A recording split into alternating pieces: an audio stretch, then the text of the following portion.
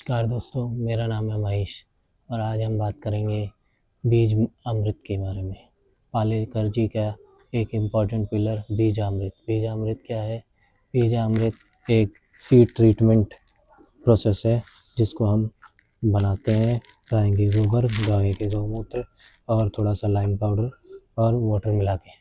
बीजामृत के क्या बेनिफिट्स हैं? बीजामृत के बेनिफिट्स हैं कि जो रूट बॉर्न डिजीजेज हमारे पौधों में आती हैं वो सब कम से कम हो जाती हैं और हमारे पौधे का इम्यून सिस्टम बढ़ जाता है।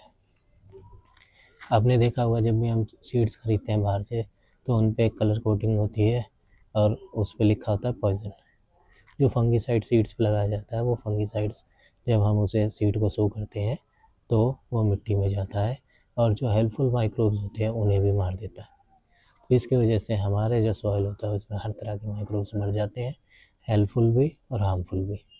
बीजामृत क्या करता है कि जो हमारे सॉइल में हेल्पफुल माइक्रोब्स हैं उनकी क्वांटिटी बढ़ाता है और हार्मफुल की घटाता है।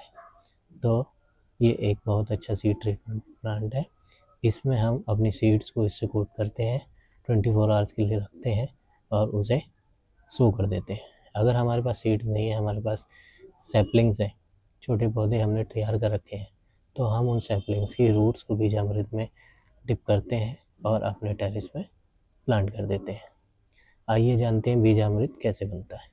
बीजामृत बनाने की विधि जो डॉक्टर सुभाष पालेकर ने दी है वो है 200 लीटर बीजामृत बनाने के लिए।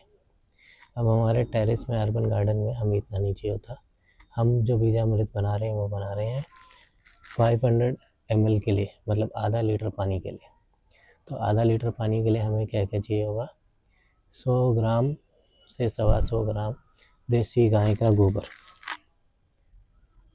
और 100 ml गौमूत्र, 3 से 4 ग्राम लाइम और 500 ml पानी। अभी देखिए हमने सारी चीज़ इकट्ठी कर ली है।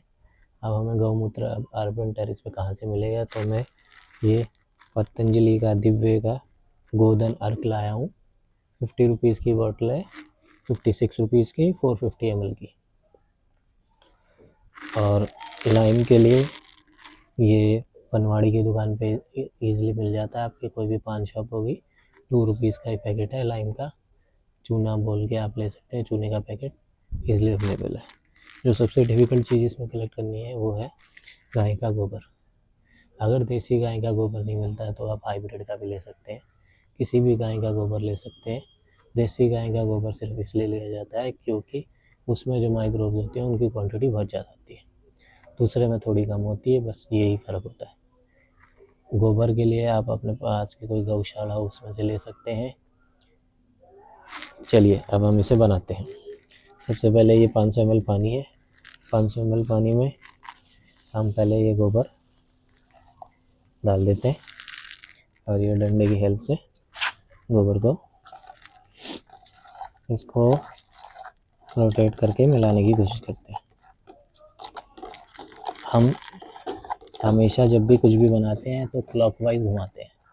क्लॉकवाइज घुमाने का जो साइंटिफिक रीज़न वो ये है क्योंकि जो इसमें माइक्रोब्स होते हैं उन्हें ऑक्सीजन की ज़रूरत होती है और जब हम क्लॉकवाइज किसी चीज़ को घुमाते हैं तो एयर सॉल्यूशन के अंदर जाती है। अगर हम इसे एंटी क्लॉकवाइज घुमाएंगे तो एयर बाहर आएगी और हमारे माइक्रोब्स मर जाएंगे। इसलिए हमेशा क्लॉकवाइज स्टेयर करें।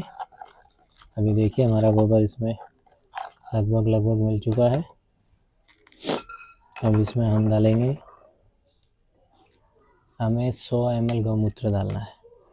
तो ये हम डालेंगे कम से कम 3 ढक्कन, क्योंकि ये फिल्टर्ड गौमूत्र है, डायरेक्ट गौमूत्र नहीं है।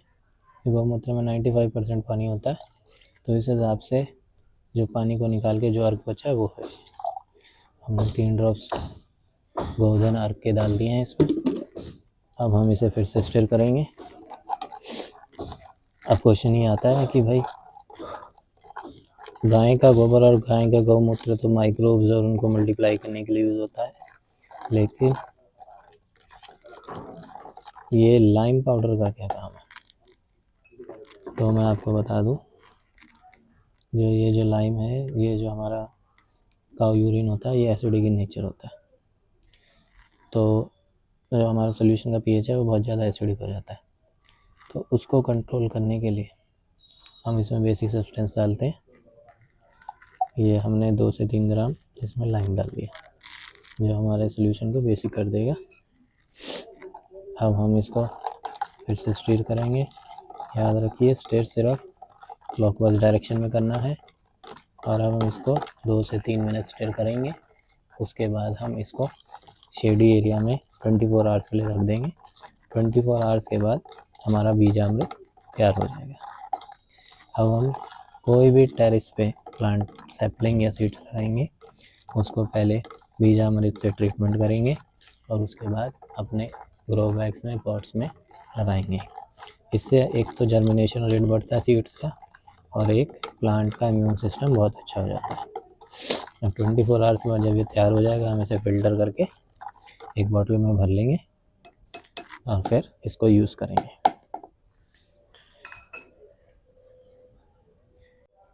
24 आवर्स हो चुके हैं हमें बीजामृत बना के उसे शेड एरिया में रखे हुए। देखिए हमारा बीजामृत रेडी है।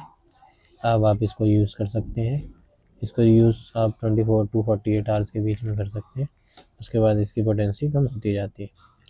इसको कैसे यूज़ करना है मैं आपको नेक्स्ट वीडियो में डिटेल्ड तरीके से बताऊंगा। मैं होपफुल हूँ कि आपको पूरा प्रोसेस समझ आया होगा। मैंने अर्बन गार्डन के हिसाब से थोड़ी क्वांटिटी में बीजामृत बना के आपको दिखाया है।